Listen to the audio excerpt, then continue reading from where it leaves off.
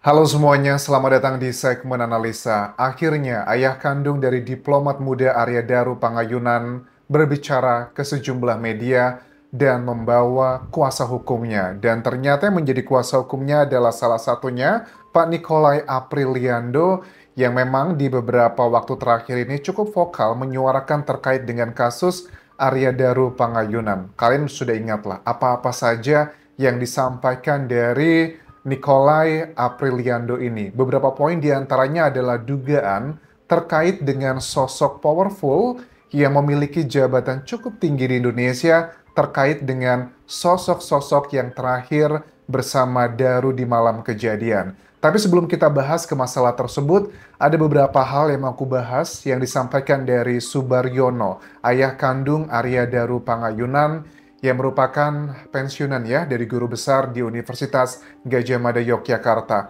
Poin yang pertama disampaikan ini rata-rata adalah terkait dengan secara tidak langsung pengen membantah dan mematahkan statement-statement yang disampaikan dari penyidik di Polda Metro Jaya beberapa waktu lalu bahwa Daru semua kejadian ini adalah karena dirinya sendiri terkait dengan masalah psikologi. Poin-poin yang disampaikan ini secara tidak langsung pengen memberikan evidence atau bukti bahwa tidak benar putra saya seperti yang diceritakan seperti itu. Semuanya terjadi karena dirinya sendiri. Poin yang pertama adalah begini teman-teman. Pak Subaryono mengatakan kejadian ini sangat pukulan yang berat sekali untuk keluarganya.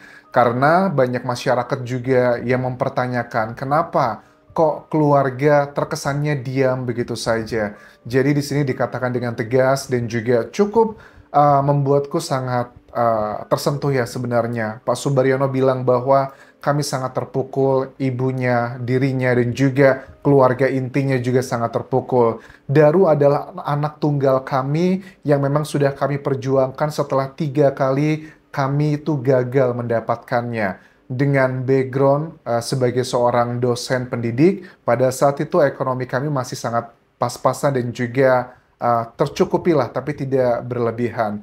Nama Arya Daru Pangayunan sendiri memiliki makna yang sangat dalam dan itu mencerminkan harapan kami untuk Arya Daru. Arya artinya adalah laki-laki terhormat, Daru adalah bintang kemujuran, Pangayunan artinya berada di pangkuan kami karena memang sebegitu susahnya untuk proses mendapatkannya.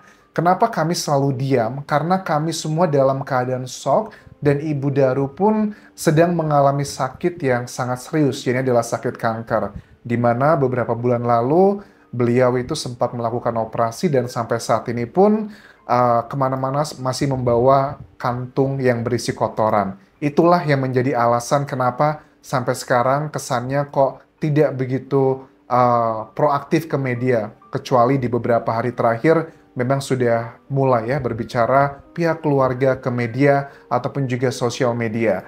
Keluarga kami adalah keluarga sederhana, dosen muda saat itu kami yang penuh dengan keterbatasan. Tetapi walaupun kami nih ya keluarga sederhana, Daru itu juga mendapatkan pendidikan yang sangat baik. Bahkan pada saat Pak Subaryono mendapatkan beasiswa S2-nya di Kanada, setahun kemudian setelah mempersiapkan biaya semuanya, Daru pun sempat dibawa ke Kanada. Bahkan sama juga nih pada saat Pak Subaryono mendapatkan pendidikan S3-nya, beasiswa juga di Kanada, Daru sempat mengenyam pendidikan di sana juga. Nah, poinnya adalah menceritakan terkait dengan pendidikan, background, ingin menunjukkan bahwa orang-orang yang biasanya ya teman-teman ya tinggal di luar negeri, ya sama aku juga tinggal di luar negeri, itu memiliki daya juang yang jauh lebih tinggi. Apalagi mohon maaf ya, kalau hanya untuk menghadapi hal-hal yang remeh-temeh, tidak bermaksud merendahkan, itu tidak akan mungkin ngebuat seorang Arya Daru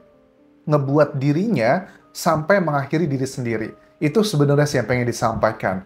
Ada salah satu foto yang viral juga terkait dengan Daru memakai baju khas Thailand ya, beserta dengan istrinya. Itu dikatakan bahwa momentum itu bukan cuma sekedar jalan-jalan, tetapi adalah momen saat dia reunian di Bangkok bersama rekan-rekan koleganya yang juga sebagai seorang delegator, baik itu diplomat ataupun juga staf-staf lokal di negara-negara yang pernah dia kunjungi.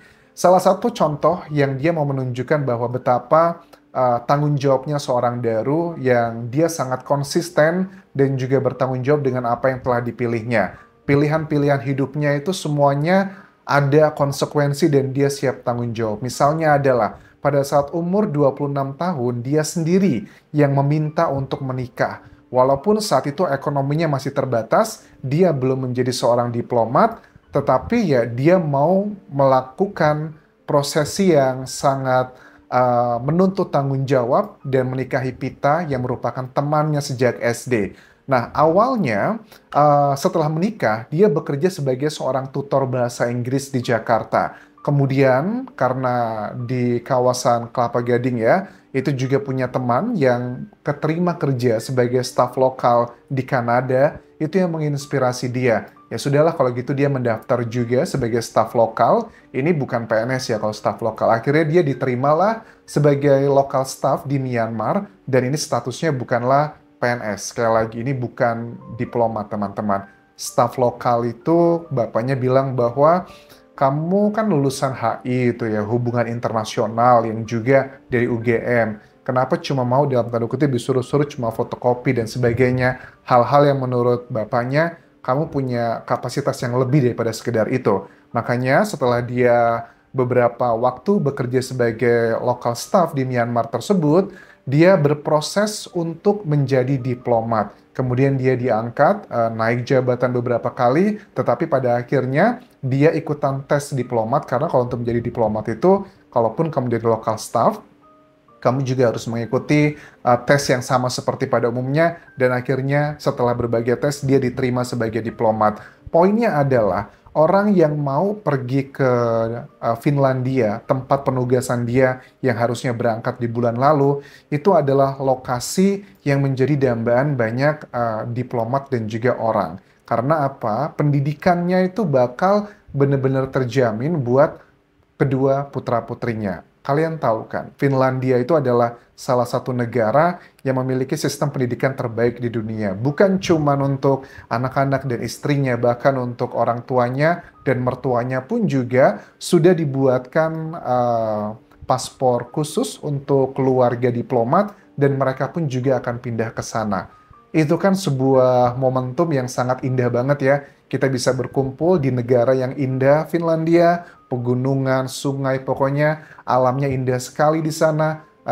Everyday likes holiday gitu loh. Tapi kok tiba-tiba dia melakukan hal seperti itu. Sebenarnya diceritakan ini bukan untuk deskripsi hal-hal yang nggak penting, tapi ada tujuannya aku tangkap dari Pak Subaryono. Pengen ngasih bukti ke masyarakat, nggak mungkin Daru itu melakukan hal itu karena banyak sekali hal-hal yang happy-happy yang bakal terjadi yang dilakukan oleh keluarga dan dipersiapkan di situ.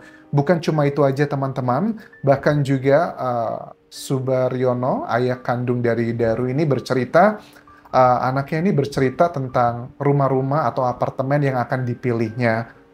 Terus juga cerita-cerita tentang dia bakal melakukan aktivitas kayak mobil ya, karena dia suka banget sama mobil, untuk melakukan kayak rally dengan mobil pilihannya dia sudah mulai mengurus surat izin seperti apa. Dan yang lebih ngebuat kita semakin yakin bahwa sepertinya memang bukan karena keinginan Daru dia harus pergi dari dunia ini, adalah dua mobil ya yang aku tangkap di sini, mobilnya Daru dan juga mobil dari istri dan juga anak-anaknya yang biasa dipakai di Yogyakarta, itu juga sudah dijual untuk persiapan biaya dia berangkat ke Finlandia. Plus juga anak-anaknya itu sudah pamitan dengan teman-teman sekolah, bahkan juga sudah keluar dari sekolahnya karena memang sudah persiapan untuk berangkat ke Finlandia. Artinya adalah sebegitu banyaknya persiapan. Kalau Daru melakukan itu karena keinginannya sendiri, karena tidak ada keterlibatan orang lain, yang pengen disampaikan dari ayah kandungnya ini adalah tidak mungkin. Dia adalah anak yang sangat bertanggung jawab, dia itu tidak pernah mengecewakan orang lain, dan juga apapun pilihannya, pasti dia akan melakukannya dengan sepenuh hati. Apalagi ya dengan persiapan-persiapan semua ini. Pak Nikolai Apriliando yang sekarang sudah resmi ditunjuk sebagai penasihat hukum dari keluarga Arya Daru Pangayunan, kalau kita bisa flashback beberapa kali wawancaranya beliau di media nasional. Pertama menyebutkan adalah nama-nama yang dugaannya gitu ya, ada keterkaitan yang bisa menjadi petunjuk apa yang sebenarnya terjadi. Ya mohon maaf, misalnya adalah kayak sosok yang bersama Daru di malam itu, di detik-detik terakhir adalah perempuan inisial V dan juga pria inisial D tersebut. Nah, kemudian dihubungkanlah ada salah chattingan. Keluarga pun juga sudah mengkonfirmasi terkait dengan chattingan tersebut yang menyebutkan nama Ai. Masih maem, gitu ya. Pulang naik apa, kurang lebih itu adalah sebuah chattingan yang tidak wajar. Tetapi kita bisa akui, keluarga dan istri pun mengakui itu bukanlah chattingan yang panggilan yang normal dilakukan, tetapi yang menjadi pertanyaan adalah, apakah betul itu Daru sendiri yang mengirim atau ada orang lain? Itu adalah pertanyaan yang wajar karena tidak lama dari situ, hitungannya menit, HP-nya Daru sudah tidak bisa lagi dikontak. Karena mungkin aja detik-detik itu Daru HP-nya sudah kemana, tapi juga ada CCTV, bahkan CCTV pun juga yang ada di kos-kosannya, dan juga CCTV yang berada di lantai 12 di rooftop kantor Kemlu, itu pun juga menjadi perdebatan. Ini beneran nggak CCTV di hari itu yang sama, bajunya sama atau enggak? Ada nggak kejanggalannya? Karena di awal-awal keterangan, ada statement menjadi jejak digital, ada salah satu penyidik yang mengatakan bahwa Daru jam 10-an malam terlihat oleh penjaga kos katanya lagi ngambil makan atau ngambil makan dari atau buang tempat sampah bekas makan dia pada saat dia order makanan online. Tetapi di sisi yang lain, di keterangan terakhir dari penyidik di Polda Metro Jaya, kalau jam 10-an malam dia sedang berada di rooftop karena dia berada di situ sekitar 1 jam 26 menit. Terus juga keluarga membantah pernyataan yang mengatakan bahwa yang meminta menggeser CCTV di kos-kosannya Arya Daru itu adalah istrinya, dibantah dengan tegas. Beberapa kali kita sudah bahas dan juga kutipkan statement-statement tersebut. Jadi sudah mulai ada banyak kejanggalan-kejanggalan yang harusnya bisa menjadi titik temu ya dari penyidik bahwa ini sepertinya terlalu dini kalau dikatakan tidak ada unsur pidana dan tidak ada keterlibatan orang lain.